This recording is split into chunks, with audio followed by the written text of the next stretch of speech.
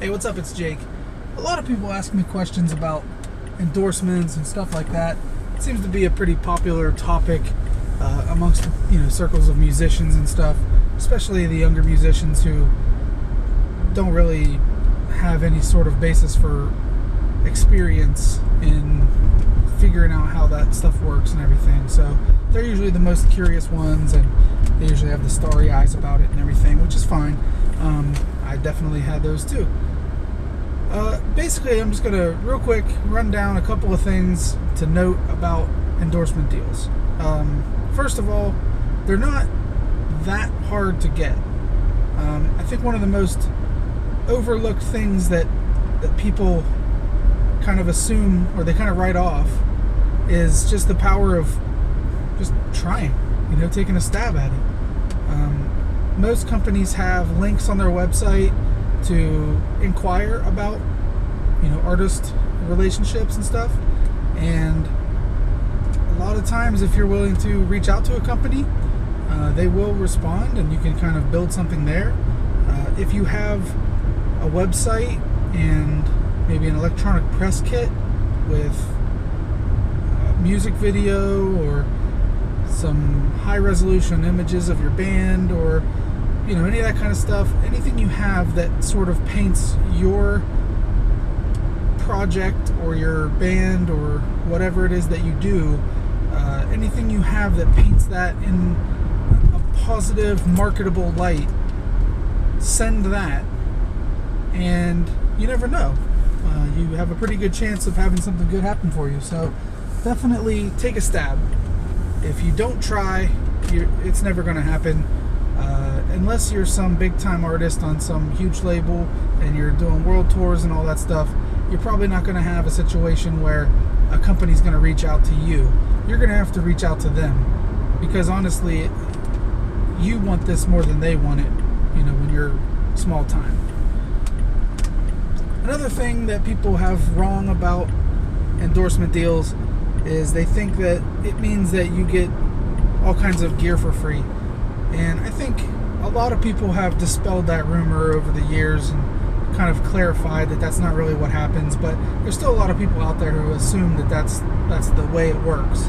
And basically, there are some companies who will give you free or very, very cheap gear, but most of them just offer you a discount. And that's great, don't get me wrong. I don't mean to say that it's not a huge help.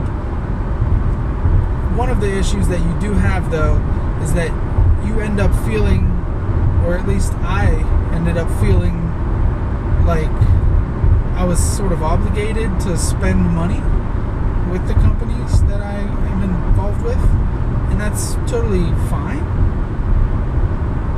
You just may end up spending money that you wouldn't have normally spent. So yes, it's great to have a discount, but you may end up buying a guitar or an amp or an effect or something like that you didn't need at all, but you feel like, I have this deal and I don't want to waste it, I don't want it to go away and miss out on it. So then you end up buying a really expensive piece of gear just because you get a deal on it, and that's great, but you still have to spend that money to get that gear. And sometimes it pays off in spades, where you're so happy that you got the piece of gear and it inspires you to play, and obviously gear isn't going to make you better, but there's definitely an experience that you have when you buy new gear that makes you want to use it. And as long as you're getting inspiration to play from somewhere, that's a plus. But it is something to keep note of. If you're not in a position where you have a lot of money, getting an endorsement deal might not be the answer for you, because you'll be tempted to buy things that you can't afford and spend money that you don't have on something that you may or may not need.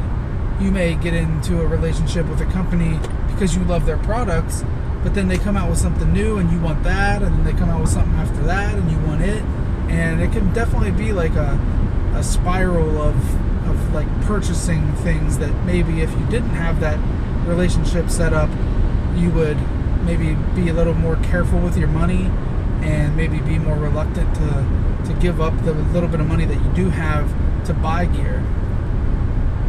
By no means am I saying that you shouldn't get an endorsement, and by no means am I saying that it's bad to buy gear.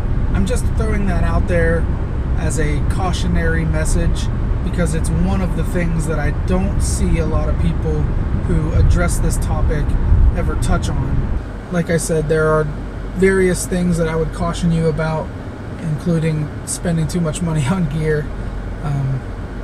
But if you have the opportunity, make the most of it. Try to build a relationship.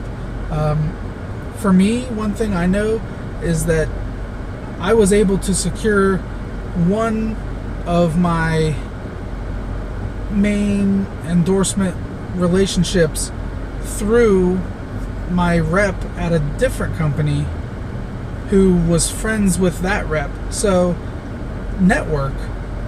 Don't be afraid to rub elbows with people and get to know people and maybe ask questions like, hey, do you know anybody at this company? Do you know anyone here? And that can really help you, because if you can get in with one, chances are they're in a small enough community of artist reps that they probably know each other or have at least met, and they may be able to point you in the right direction. They might, even if it's just they give you a name, hey, contact this person. With the internet being what it is, you can find contact information if you have a name. If you know the name and the company, you can get a hold of them.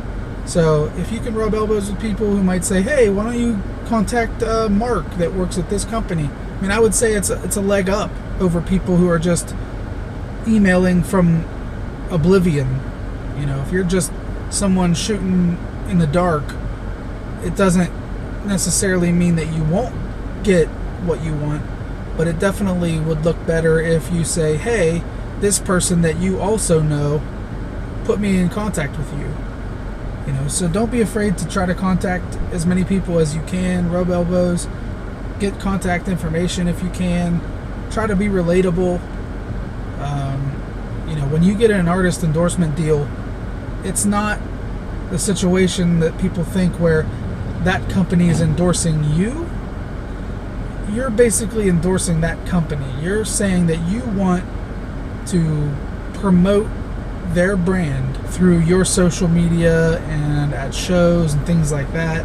At our shows we have a huge banner with our logo on it, and then at the bottom it has all of our sponsors. On our website we have all of our sponsors listed on a sponsor page.